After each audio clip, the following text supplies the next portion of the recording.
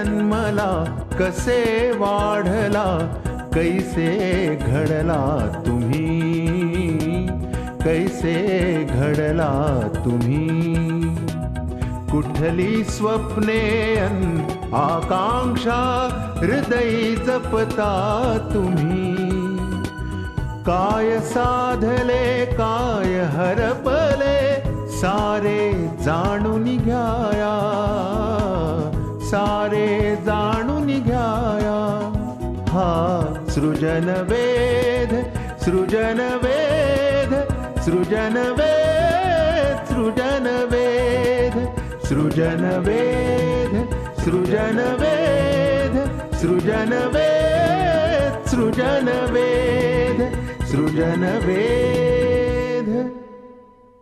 काही माणसांचं केवळ आपल्या भोवताली असं म्हणतात असणं हे देखील मनावर फार मोठा संस्कार करतं. त्यापैकी एक म्हणजे डॉक्टर श्रीराम लागू. त्यांचं नाव उच्चारताक्षणी सामान्य माणसाला नटसम्राटमधले गणपतराव बेलवलकर आठवतात. वेड्याचं घर उन्हात मधल्या दादापासून तो अगदी अलीकडे रंगभूमीवर आलेल्या सूर्य पाहिलेला माणूस मधलं सॉक्रेटिस किंवा मित्रमधले दादासाहेब पुरोहित अशा अनेकानेक भूमिका या डॉक्टरांनी आपल्या अभिनय संपन्नतेने अजरामर केल्या. गेली जवळपास 5 दशकं चित्रपट आणि रंगभूमी या दोन्ही क्षेत्रांवर त्यांनी आपल्या प्रतिभेचा कधीही न पोचता येणारा ठसा उमटवला. पण त्यांची कामगिरी ही केवळ एवढ्यापुरती मर्यादित नाही, तर ती बहुपैलू आहे. महाराष्ट्राच्या समाजकारणात सुद्धा त्यांनी सक्रिय सहभाग घेतला. विशेषतः गेल्या 10 वर्षामध्ये अंधश्रद्धा निर्मूलन आणि सामाजिक कृतज्ञता निधी या चळवळींना त्यांनी फार मोठं बळ दिलं. तेव्हा अशा कलावंताची जडणघडण कशी झाली हे समजावून घेणं हे अनेक अर्थांनी महत्त्वाचं ठरतं.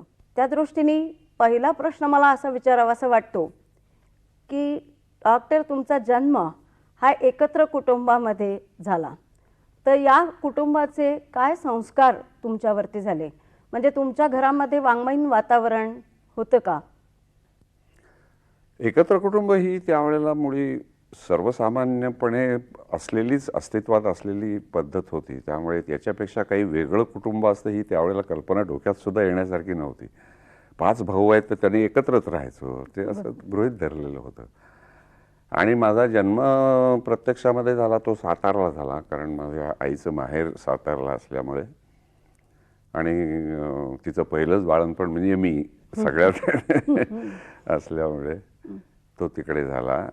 आणि एकत्र कुटुंबाचा संस्कार अर्थातच एकत्र कुटुंबाचे फायदे आणि तोटे दोन्हीही अनुभवाला आलेच त्या लहानपणामध्ये. पण आता माझा जन्म 1927चा आणि 1933 साली आम्ही दुसऱ्या एका मोठ्या बंगल्यात जेव्हा राहायला गेलो, माझ्या वडिलांनी जो बंगला बांधला, त्यानंतर मग आमची कुटुंब मात्र ते विभक्त होत गेलं. तसं पाहिलं तर वयाने मी अगदीच लहान होतो आणि सुरुवातीचं माझं शिक्षण तर त्यामुळे म्युन्सिपालिटीच्या शाळेमध्ये झालं पहिली 4 वर्ष. आणि मी 4थीत जेव्हा नापास झालो मराठी 4थीमध्ये, तेव्हा मग मला काढून भावे स्कूलमध्ये घालण्यात आलं.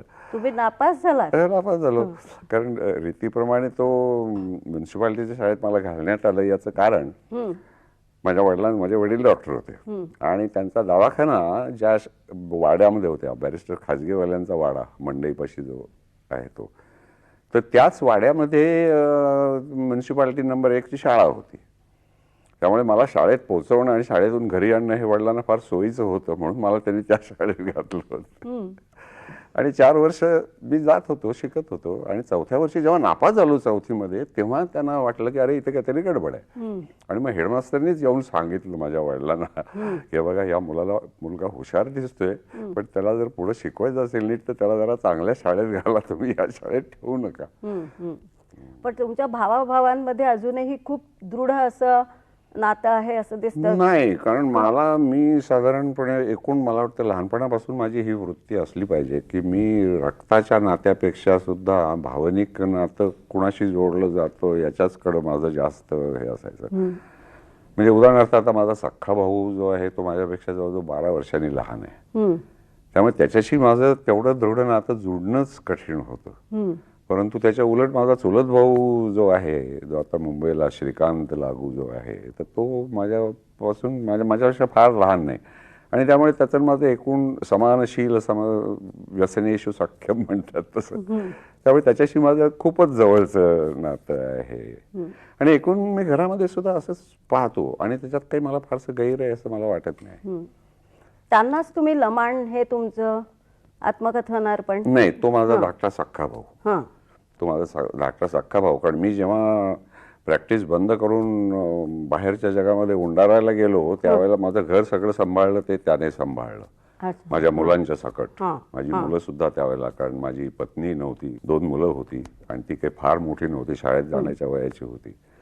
आणि त्याने स्वतःचा संसार हा इतकाच महत्वाचा मानून त्याने माझ्या मुलांचं जे काय केलं, त्यांच्याकडे जे बघितलं. माझी आई वृद्ध झालेली होती, वडील गेलेले होते, आणखी ते सगळं त्यांनी सांभाळलं. आणि ते पुस्तक मी आज जे त्याला दिलेलं आहे त्याचं कारण ते आहे. पुढे जे तुम्ही व्रत म्हणून स्वीकारलं, नाटक, आपण नाटक करायचं, तर त्याची सुरुवात ही तुम्ही शाळेमध्ये केली होती का? म्हणजे शाळेत नाटकं केली होतीत का तुम्ही? शाळेमध्ये मी एकदाच नाटक करण्याचा प्रसंग माझ्यावरती आला आणि तो माझा अनुभव इतका भयानक होता, म्हणजे भयप्रद होता माझ्या दृष्टीने. कारण मला नाटक म्हणजे काय हे सुद्धा माहीत नव्हतं. मला वाटतं इंग्रजी पहिलीत असताना मास्तरनी जेव्हा सांगितलं की तुम्हाला एका नाटिकेत काम करायचं आहे, आता गॅदरिंग आलेलं आहे, तेव्हा आम्ही नाटिका हा शब्द सुद्धा ऐकलेला नव्हता. नाटिका म्हणजे काय असं माहीत नव्हतं, पाहणं तर फारच लांब राहिलं.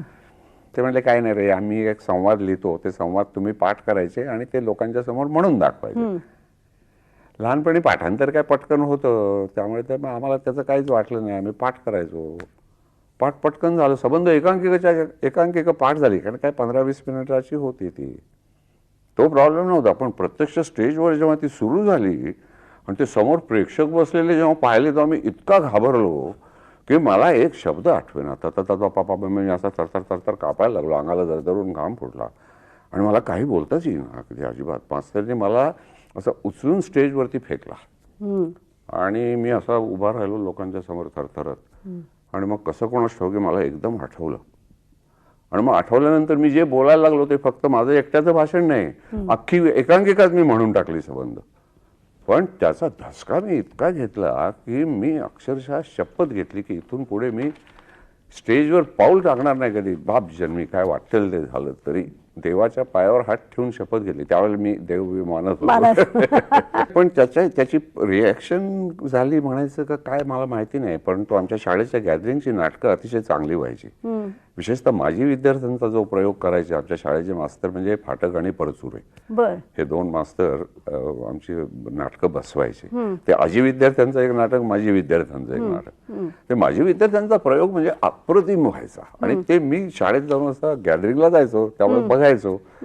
आणि बघता बघता असं लक्षात आलं की अरे हे विश्व काहीतरी भयंकरच विलक्षण आहे आणि that I must belong to this world, हे तेव्हापासूनच माझ्या डोक्यामध्ये. पुढे हायस्कूलमध्ये गेल्यानंतर मग मी ते हॉलिवूडचे चित्रपट पाहायला लागलो, आपले सिनेमे खूप पाहायला लागलो, हिंदी, मराठी. त्यावेळेला प्रभातचे चित्रपट, न्यू थिएटर्सचे चित्रपट किंवा सोहराब मोदी, पृथ्वीराज यांचे चित्रपट पाहायचे. हॉलिवूडचे तर कितीतरी पाहिले आणि सारखं असं वाटायचं की बापरे हे काहीतरी विलक्षण जग आहे. म्हणजे याच्या आता एकदा पॉल म्युनी, माझा सगळ्यात सर्वश्रेष्ठ नट मी ज्याला मानतो तो, त्याचं काम पाहिलं तर मला असं वाटायचं की बापरे याच्या 1/100 जरी मला करता आलं तरी मी भारतातला सर्वश्रेष्ठ नट होऊ शकेल, इतकं माझा परिणाम व्हायचा. इकडे नानासाहेब फाटक, केशवराव दाते यांची नाटकं बघायचो. ते नाटकं पाहिल्यानंतर मग मनामध्ये चाळा हा चालायचा की नानासाहेबांनी घनश्यामचं हे वाक्य असं म्हटलेलं आहे, हे पॉल म्युनीने कसं म्हटलं असतं, चार्ल्स बॉयरने कसं म्हटलं असतं किंवा चार्ल्स लॉटनने कसं म्हटलं असतं. मग ते बाथरूममध्ये घरात जाऊन बाथरूममध्ये गाणी बिणी नाही म्हणायचो मी, हे माझे व्यायाम चालायचे.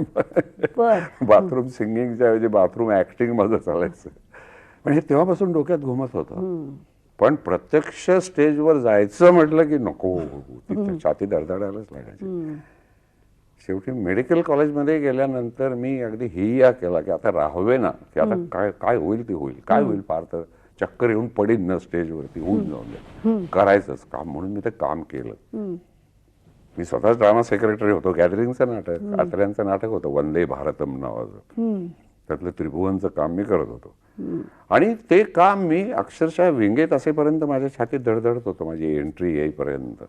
पण एंट्री आली आणि काय मला झालं मला माहिती नाही, पण मी त्रिभुवन होतो. ती सगळी भीती माझी, माझं ॲप्रिहेन्शन सगळं गळून पडलं. भाषण पाठ होतं, तालमी झालेल्या होत्या, त्यामुळे मी इतक्या सराईतासारखं काम करून ते गेलो की मलाच नंतर विश्वास वाटला की मी घाबरत होतो हे काम करायला. आणि मग जो काही मला कॉन्फिडन्स आला, ओव्हर कॉन्फिडन्सच आला. मग त्या कॉलेजच्या 5 वर्षामध्ये नाटकं करत राहिलो. जरा काही निमित्त झालं की नाटक, म्हणजे इतकं, आता गणपती उत्सवाला तर नाटक कायमच व्हायचं, गॅदरिंगचं नाटक कायमच व्हायचं. पण एक वर्ष काहीच नाही, तर आम्ही मुलींना रिक्वेस्ट केली कॉलेजातल्या की तुम्ही चैत्राचं हळदी कुंकू करा, आम्ही त्याच्याकरता नाटक करतो. आणि त्याकरता एकांकिका बसवून केली. इतकं ते वेळ मग मेडिकल कॉलेजमध्ये गेल्यानंतर फारच वाढलं.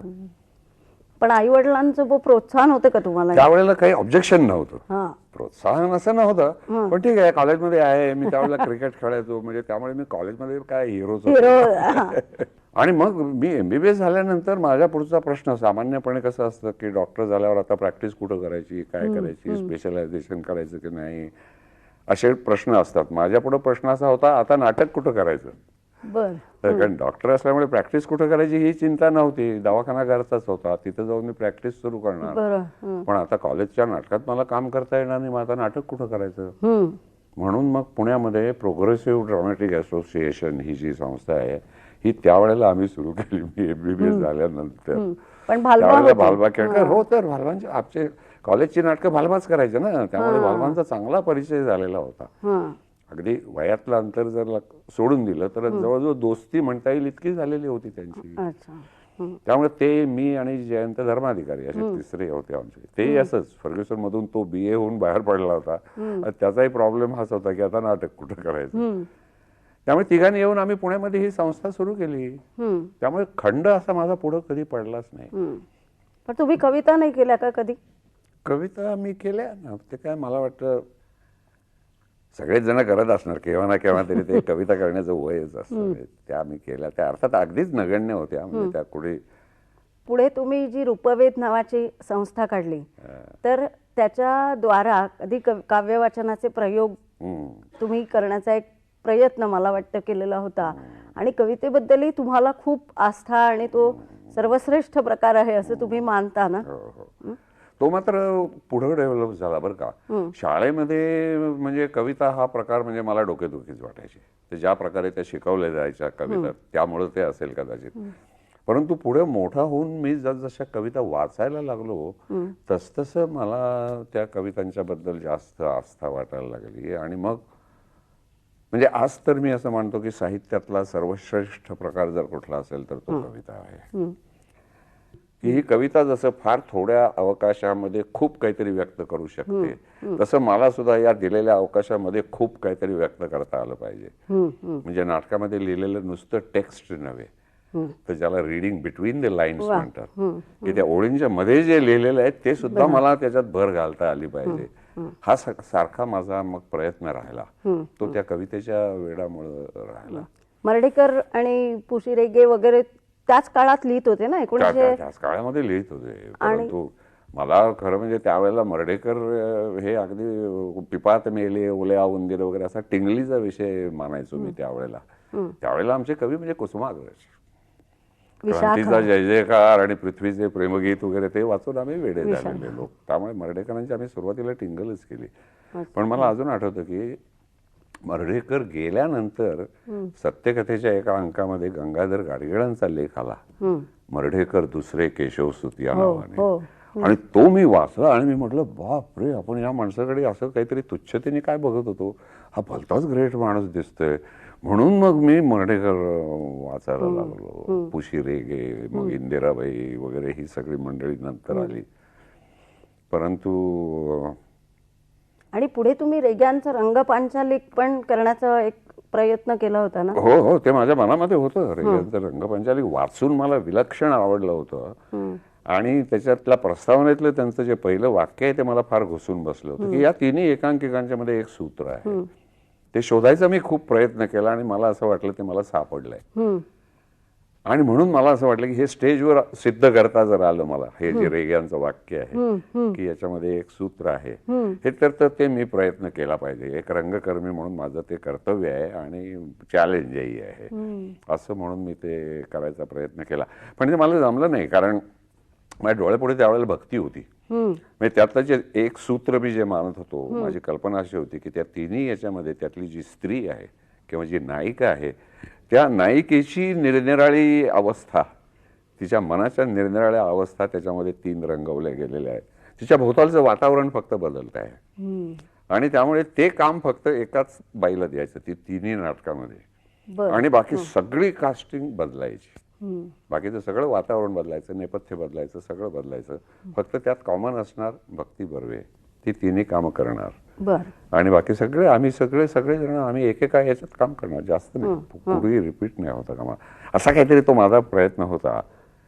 परंतु ते अनेक कारणांनी मला नाही जमू शकलं. त्याच वेळेला मी प्रोफेशनल एकदम नटसम्राट झालो वगैरे. त्यामुळे पिढीत असताना तुम्ही वेड्याचं घर उन्हात केलं आणि मराठीतल्या 2 मोठ्या नाटककारांनी त्या काळात लिहायला सुरुवात केली आणि त्यांच्या एकंदर सबंध कारकिर्दीचेच तुम्ही एका परीने साक्षीदारच आहात की वेड्याचं घर उन्हात पासून वसंत कानेटकर आणि मादीपासून विजय तेंडुलकर, आणि दोन्हीकडे तुम्ही दोघांच्याही नाटकांमध्ये आजपर्यंत कामं केलीत.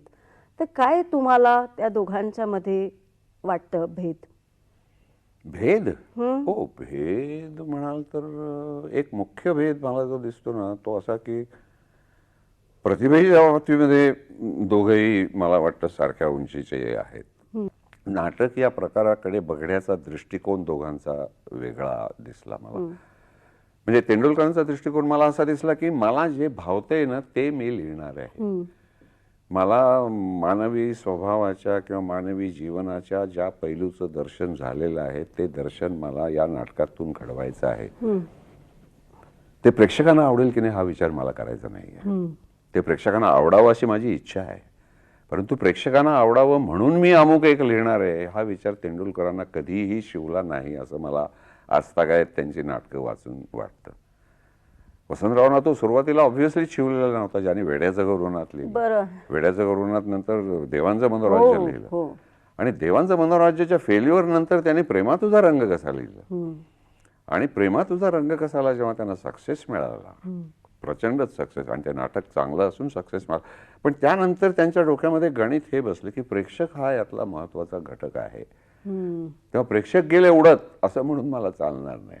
मला प्रेक्षकांच्या करता लिहिलं पाहिजे, आणि म्हणून मग त्यांच्या नाटकामध्ये पुढे अनेक ठिकाणी तडजोडी केलेल्या आपल्याला ज्या दिसतात, आणि हा दोन्हीतला फरक वाटतो. बाकी प्रतिभा पाहिली तर मला असं वाटतं दोघांची मोठीच होती. पण पुढे तुम्ही उद्ध्वस्त धर्मशाळा केलं पहा, गोविंद पुरुषोत्तम देशपांडे, त्यांच्याकडे एक निश्चित भूमिका सगळ्या समाजवास्तवाकडे बघण्याची किंवा एका राजकीय विचार प्रणालीशी निष्ठा अशी त्यांच्यामध्ये आहे.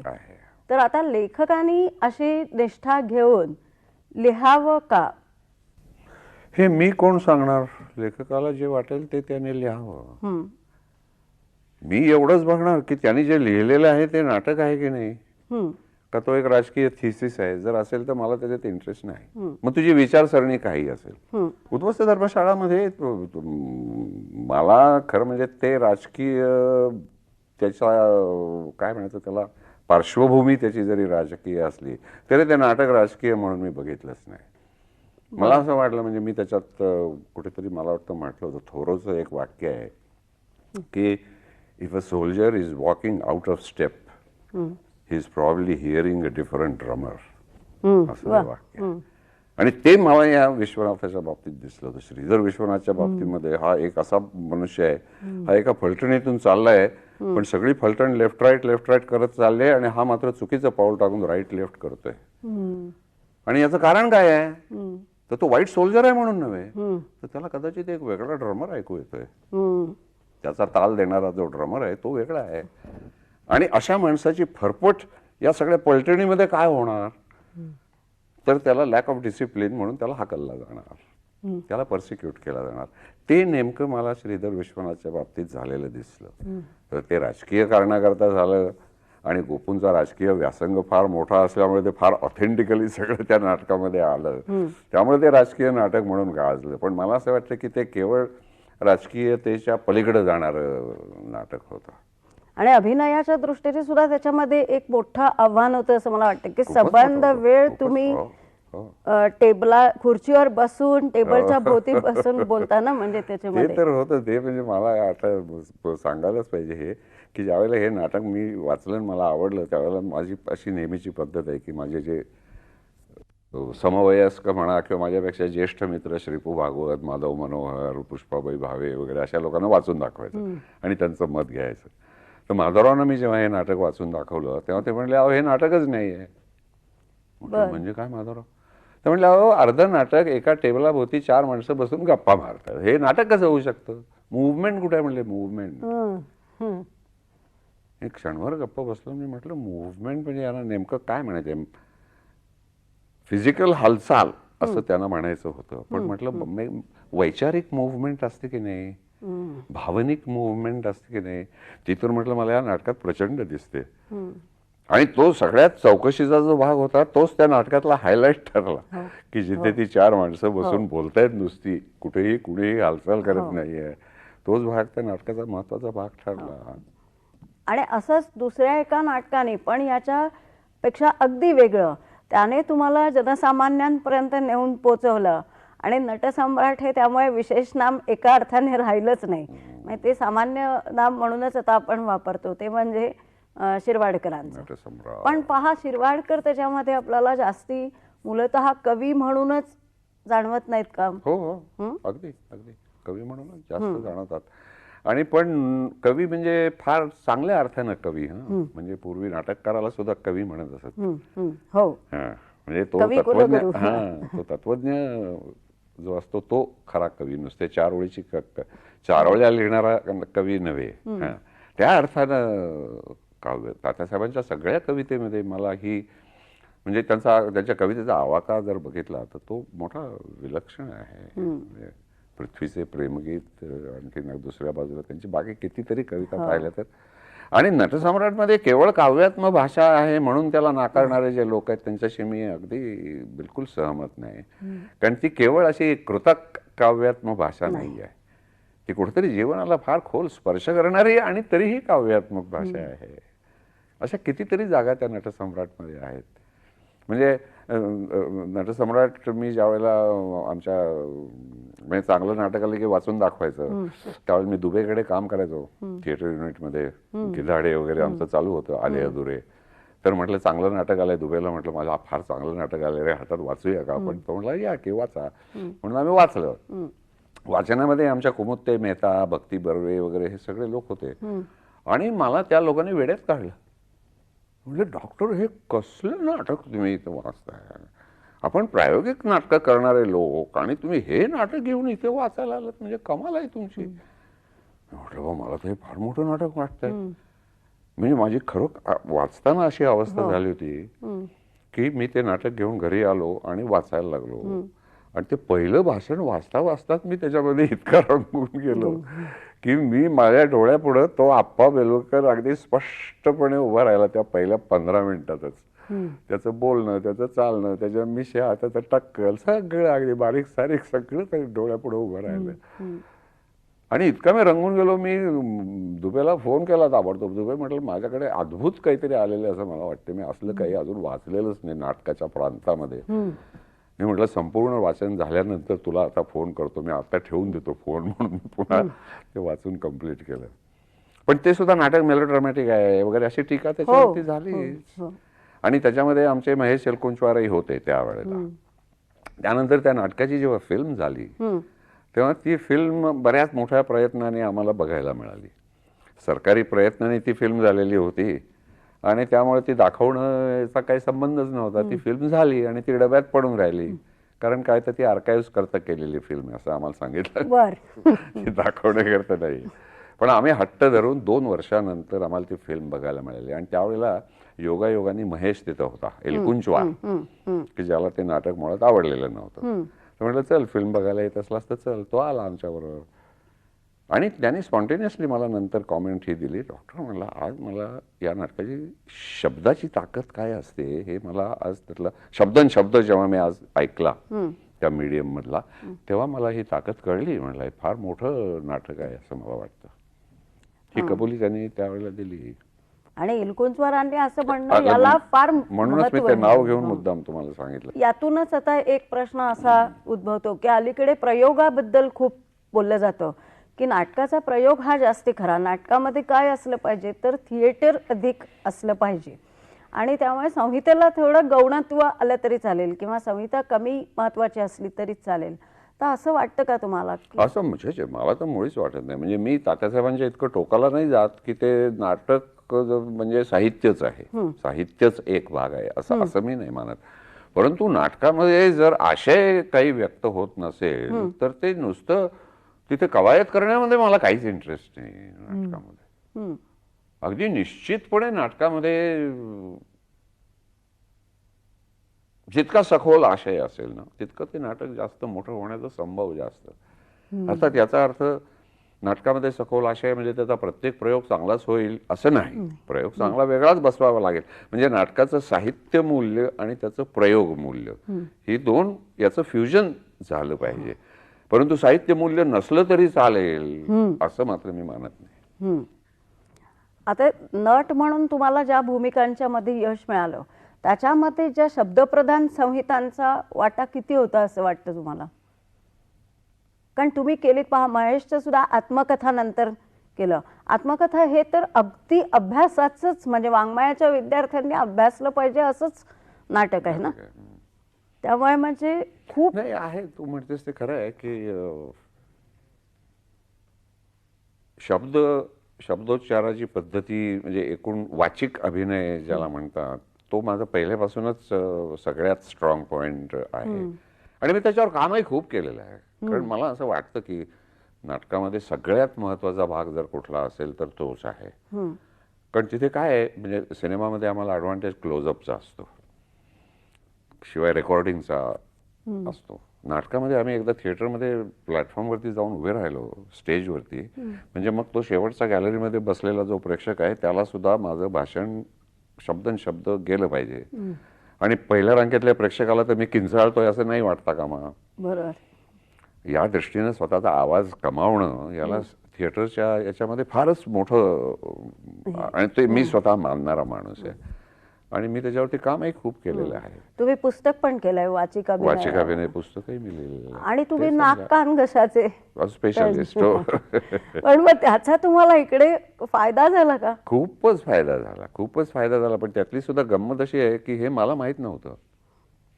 म्हणजे मी ENTचा स्पेशलिस्ट असून नाटकं करत असून सुरुवातीला PDAच्या काळामध्ये की स्वरसाधना नावाचा काही प्रकार आहे हे मला अजिबात माहित नव्हतं. हे मला के नारायण काळेंच्यामुळे कळलं.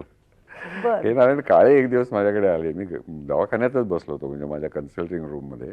आणि तिथे ते म्हणले की बंगलोरला आद्य रंगाचार्य जे मोठे नाटककार होऊन गेले कर्नाटकातले ते माध्यमिक शिक्षकांचं एक शिबिर घेत आहेत नाटकाचं.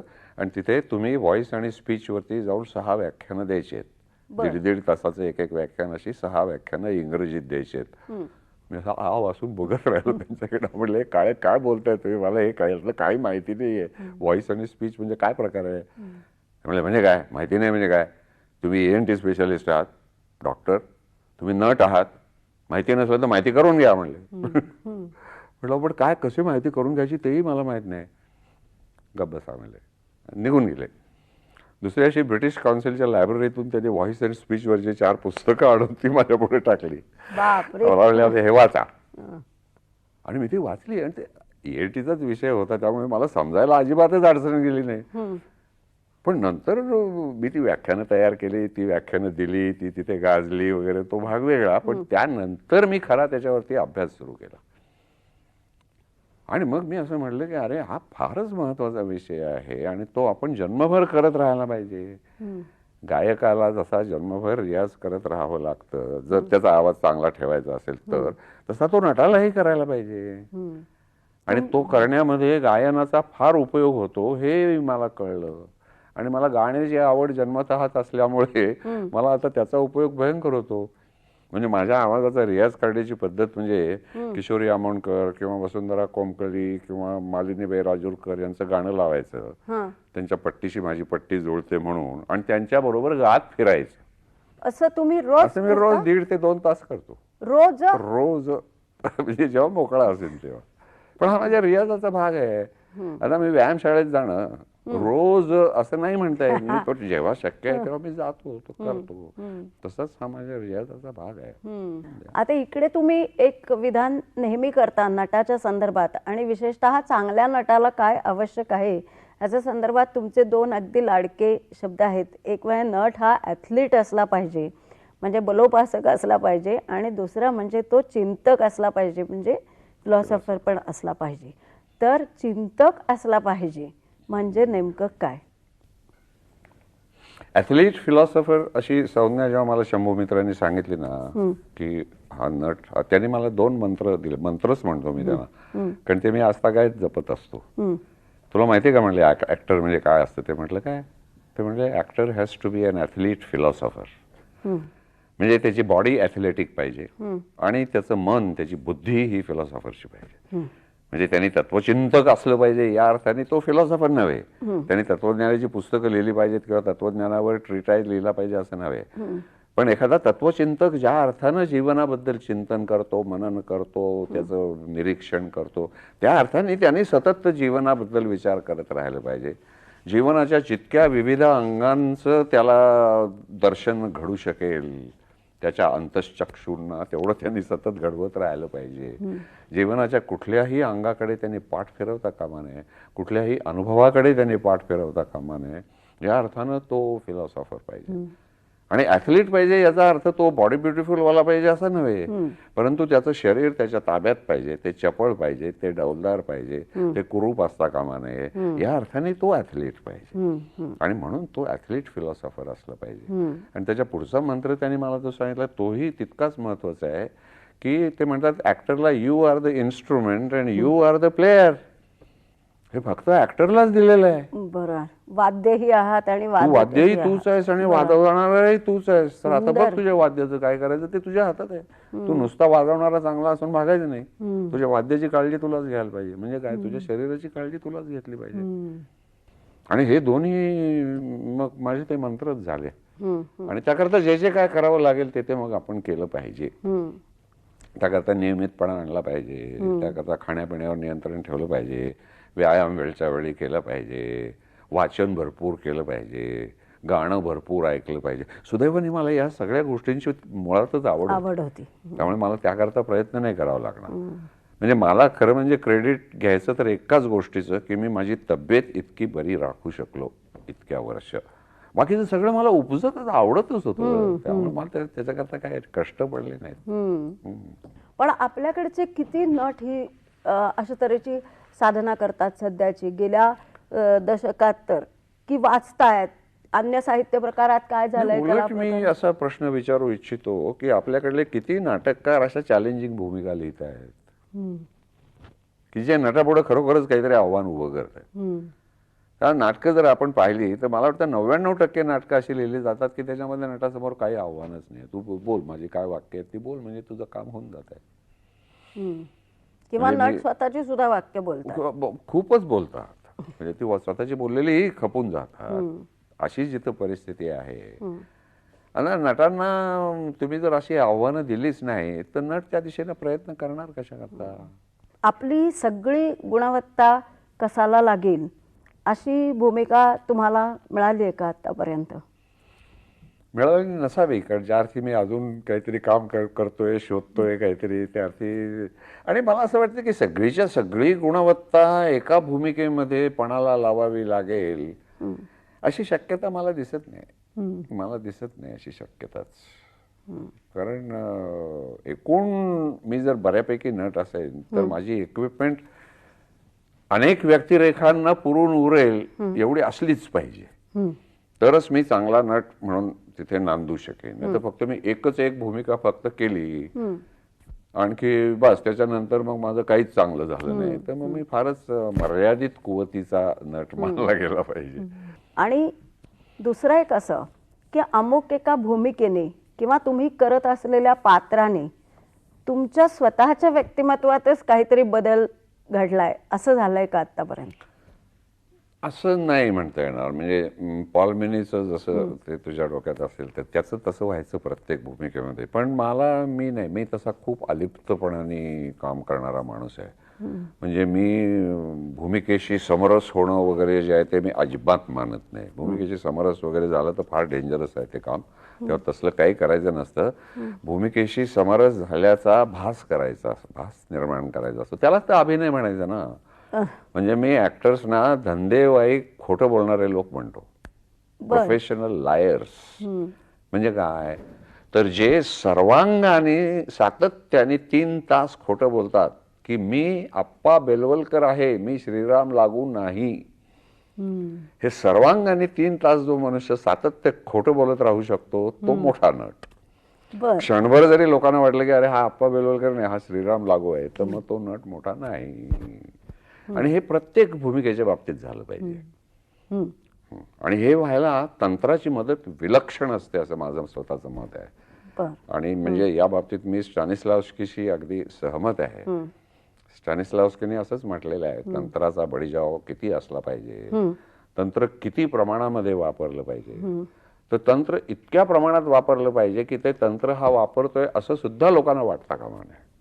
म्हणजे आता अगदी नवीन जे नाटक आहे ना माझं मित्र, त्याच्यामध्ये माझी एक बाजू सतत पॅरालाइज आहे हे भान मला प्रत्येक सेकंदाला ठेवावं लागतं. एका बाजूला मी ते बोलत असतो, एका बाजूला माझे या हाताच्या मुवमेंट चालू असतात, या पायाच्या मुवमेंट चालू असतात, पण इथे माझं बोट सुद्धा हलता कामा नये. इकडे माझं एक मन सतत असतं, जागा असतं, ते सातत्याने मला सांगत असतं. हे भान मला 2 ते 2.5 तास ठेवायचं असतं.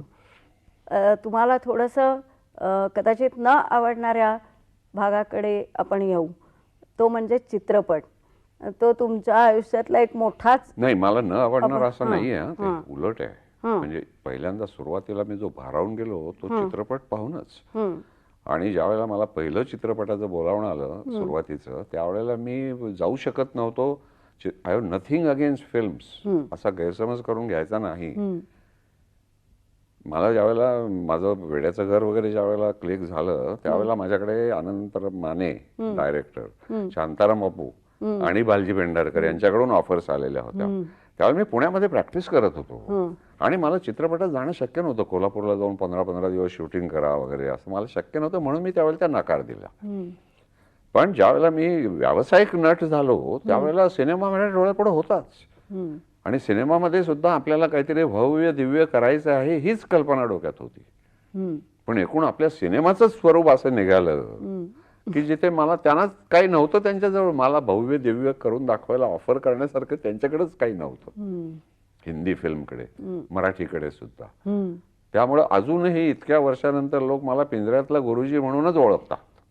नाही तर चित्रपटाबद्दल मला विलक्षण आदर आहे. त्या मीडियमची ताकद मी जाणू नये. नाटकाच्या कितीतरी पटीनं अधिक त्या माध्यमाची ताकद आहे. सत्यजित रे जर तुम्ही एक पाथेर पांचाली पाहिलं तर त्याच्या जोडीला आमची 100 नाटकं उभी करावी लागतील. किंवा इंगेमार बर्मन सारख्या दिग्दर्शकाच्या जर फिल्म्स तुम्ही पाहिल्या किंवा गोडार्डच्या या दिग्दर्शकांच्या, तुमचा तो कुरुसोवा वगैरे ही मंडळी त्यांनी फिल्म्स ज्या केलेल्या आहेत त्या विलक्षण आहेत. आपल्याकडे दुर्दैवाने ते नाही आहेत, म्हणून मग मी सोडून पळून आलो. पण चित्रपट हे माध्यम म्हणून तुम्हाला विलक्षण ताकदीचं आहे, परंतु ते हँडल करण्या इतकी प्रतिभाच आता आपल्याकडे नाही आहे, अजिबात नाही आहे. मला कुठलाही फिल्म मेकर असा दिसत नाही. कारण आता अलीकडे गाजलेले 1-2 चित्रपट मी पाहिले. मी गेल्या 10 वर्षात जवळजवळ चित्रपट पाहिलेलाच नाही. आणि तो न पाहण्याकरता मला काही प्रयत्न नाही करावा लागला. म्हणजे असा एक दिवस मला उभं आला की नको बाबा आता हे पाहणंच नको. त्यामुळे मी आपोआप पाहणं सोडून दिलं. पण सामना सिंहासन हे तुम्हाला मग ते मला चांगले वाटतं, सरस वाटतं. तिथपर्यंत ते ठीक होतं, छान होतं. किंवा घरंदासारख्या घरंदा, किनारा, इन्कार किंवा एक पल किंवा एक दिन अचानक, मृणाल सेनचं किंवा कल्पना लाजमीचं एक पल वगैरे असे काही काही आहेत. अगदीच काही नाही असं नाही. पण मला असं वाटतं की म्हणजे थोडंसं काय म्हणायचं त्याला, आत्मस्तुती अशीच आता त्याला म्हणावी लागेल की I think I was capable of much more. आणि ते हिंदी चित्रपट सृष्टीला एकतर त्याची किंमत नव्हती त्यांना, किंवा त्यांनी ते ओळखलं नाही. पण मला ज्या ताकदीच्या भूमिका मिळतील असं वाटलं होतं आणि कराव्याशा वाटत होतं, त्या ताकदीच्या मिळाल्याच नाही. ही वस्तुस्थिती आहे. पण याचं एक कारण किंवा याचं एक मूळ असंही असू शकतं ना, की तुमचा जो संबंध कलेकडेच बघण्याचा तुमचा व्यक्ती म्हणून जो दृष्टिकोन आहे तो एका अर्थाने जीवन मरणाचा प्रश्न असा आहे किंवा खूप गंभीर असा आहे, आणि जो की विशेषतः चित्रपटाच्या माध्यमामधल्या लोकांचा तेवढा नाही आहे. मग आपल्याकडे कलेकडे चार गटका करमणूक किंवा रिझवण्याची गोष्ट म्हणूनच पाहिलं जातं ना अजून सुद्धा. तर असं तुम्हाला वाटतं का की म्हणजे कला ही खरोखर खूप गांभीर्याने घेण्याची गोष्ट आहे, हे आपल्या समाजामध्ये जेवढं रुजायला पाहिजे तेवढं रुजलं आहे? अजिबातच नाही, अजिबातच नाही. आपण अजून कला हा सुद्धा एक करमणुकीचा थिल्लर प्रकार आहे असंच मानतो. माझ्या दृष्टीनं कला ही सांस्कृतिक क्षेत्रातली काय मानवी आयुष्यामधली एक आत्यंतिक महत्वाची अशी माणसाला मिळालेली देणगी आहे. त्याची सर्जनशीलता, मग ते साहित्य असो, ते संगीत असो, ते नाट्य असो, ते नृत्य असो. पण ही जी सर्जनशीलता आहे ही मला असं वाटतं की एकूण संबंध प्राणीसृष्टीच्या उत्क्रांतीचा इतिहास पाहिला तर मानव नावाच्या एका प्राण्याला, एका जनावराला मिळालेली ही जी देणगी आहे, ही देणगी सगळ्यात मूल्यवान देणगी त्याला उत्क्रांतीने दिलेली आहे, सर्जनशीलता ही. आणि कला हा तर त्याचा आविष्कार आहे आणि तो त्याची बूज राखून तो केला गेला पाहिजे. म्हणजे प्रत्येक कलाकृतीचा आविष्कार हा ते सगळं लक्षात घेऊन केलं पाहिजे की माझ्यावरती केवढी जबाबदारी या उत्क्रांतीच्या प्रोसेसने टाकलेली आहे, एक माणूस म्हणून, एक व्यक्ती म्हणून, एक नट म्हणून. की मी केवळ इथे लोकांची थिल्लर करमणूक करण्याकरता नाही मला जन्माला घातलेला, तर इतके वर्षामध्ये माकडापासून मी उत्क्रांत होत जो आलेलो आहे, तो हा जो माणूस नावाचा जनावर आहे किंवा प्राणी आहे, याला अधिक उत्क्रांत करणं ही माझी जबाबदारी आहे, अधिक सुसंस्कृत करणं ही माझी जबाबदारी टाकून मला नट बनवण्यात आलेलं आहे. हे लक्षात घेऊन करण्याचं ते काम आहे. म्हणजे काय, मिशनच आहे ते, मिशनच आहे, कुठल्याही अर्थाने कमी नाही आहे. पण मग कलावंत म्हणून एक तुम्हाला जो काही अपुरेपणा म्हणा किंवा असमाधान म्हणा होतं, म्हणून तुम्ही गेल्या 10-15 वर्षात सामाजिक कृतज्ञता निधी किंवा या तऱ्हेच्या उपक्रमांकडे वळलात का? हो, मला असं वाटलं की केवळ कला आणि कलेचा आविष्कार एवढं पुरेसं नाही आहे. वैचारिक पातळीवरती सुद्धा लोकांची जडणघडण, लोकांचं प्रबोधन करणं आवश्यक आहे आणि तो एक वेगळाच प्रांत आहे. तेव्हा त्या क्षेत्रातही आपल्याला जेवढं जमेल तेवढं आपण केलं पाहिजे. आणि म्हणून मी मुख्यतः परमेश्वराशी भांडायला जे सुरुवात केली ते त्याकरता केली की मला तो सगळा हा जो विचार आहे, धर्म, पंथ, जाती, हा सगळा अगदीच फालतू विचार वाटतो. आणि त्यामुळे आणि या सगळ्याला जबाबदार परमेश्वर ही संकल्पना आहे, तर ती डोक्यातून जोपर्यंत काढून टाकत नाही माणूस, तोपर्यंत या बाकीच्या सगळ्या गोष्टी जाणं अशक्य आहे. असा तो साधा माझा, अशी ती मांडणी आहे माझी. म्हणजे हा काय माझा ओरिजिनल थिसिस मुळीच नाही आहे, चार्वाकांनी मांडलेलं आहे 5000 वर्षापूर्वी असं. परंतु वैचारिक दृष्ट्या सुद्धा माणसाला सुसंस्कृत करणं ही एक आपली जबाबदारी आहे, हे सुद्धा कलावंतांनी मान्य केलंच पाहिजे आणि त्याप्रमाणे वागलं पाहिजे. ते मी माझ्या मगदुराप्रमाणे करायचा प्रयत्न करीत असतो.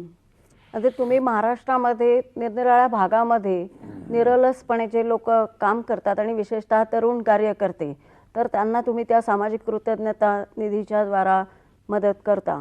परंतु गेल्या 5-7 वर्षामध्ये आपल्याकडे जे NGO संस्कृती आलेली आहे समाजकार्यामध्ये सुद्धा, तर त्याच्याबद्दल तुम्हाला काय वाटतं? कारण त्यांनी एकूण समाजकार्याचा ढाचाच बदलला ना. समाजकार्याचा ढाचा बदलला आणि मला त्याच्यामध्ये संशय असा आला आणि अजूनही तो संशय फिटलेला नाही आहे की खऱ्या अर्थानं जे ग्रासरूट्समध्ये काम चाललेलं आहे ते अंडरमाइन करण्याचा हा एक ऑर्गनाइज्ड प्रयत्न असावा, अशी मला फार दाट शंका आहे. म्हणजे आता उदाहरणार्थ आम्ही ज्या प्रकारचे कार्यकर्त्यांना मदत करतो सामाजिक कृतज्ञता निधीतर्फे, ते कार्यकर्त्यांच्या अटीच त्यांना घातलेल्या या असतात की ते कुठल्याही राजकारणाशी, निवडणुकीशी, कुठल्याही पक्षाशी संबंधित असता कामा नयेत.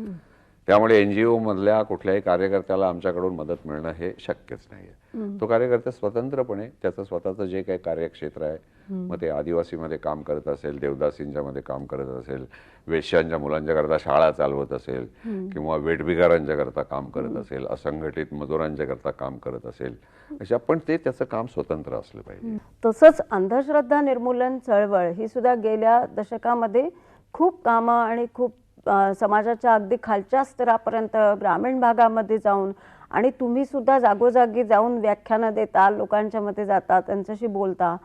तर ग्रामीण भागात तर अंधश्रद्धा टिकून आहेतच, पण शहरी भागात सुद्धा साडेसाती, अंगारे दुपारे, हे सगळं तुम्हाला काय वाटतं की त्याचं प्रमाण कमी झालं आहे का वाढलं आहे? नाही नाही, कमी झालेलं आहे हे तर खरंच आहे, कमी होतंय हेही खरं आहे. परंतु आपण फार झटपट निकाल जे अपेक्षित होणं तसे या बाबतीमध्ये होणार नाहीत. म्हणजे मी कायम हे म्हणत असतो की परमेश्वर ही संकल्पना 5000 वर्ष माणसाच्या डोक्यामध्ये घुसून बसलेली आहे, आणि ती अगदी लहान मुलाच्या डोक्यामध्ये खिळे मारून संस्काराने ठोकली गेलेली आहे.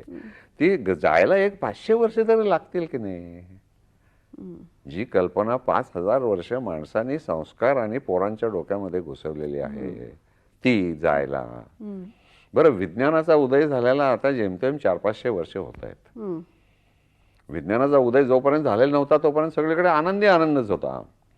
विज्ञानाचा उदय झाला तेव्हा पहिल्यांदा ही कल्पना खऱ्या अर्थानं चॅलेंज केली गेली. म्हणजे अगदी साधी गोष्ट की पृथ्वी सूर्याभोवती फिरते, सूर्य पृथ्वीभोवती फिरत नाही, फाशी द्या त्याला. का तर बायबलमध्ये उलट सांगितलेलं. इतक्या टोकाचा माणूस होता, इतका अडाणी.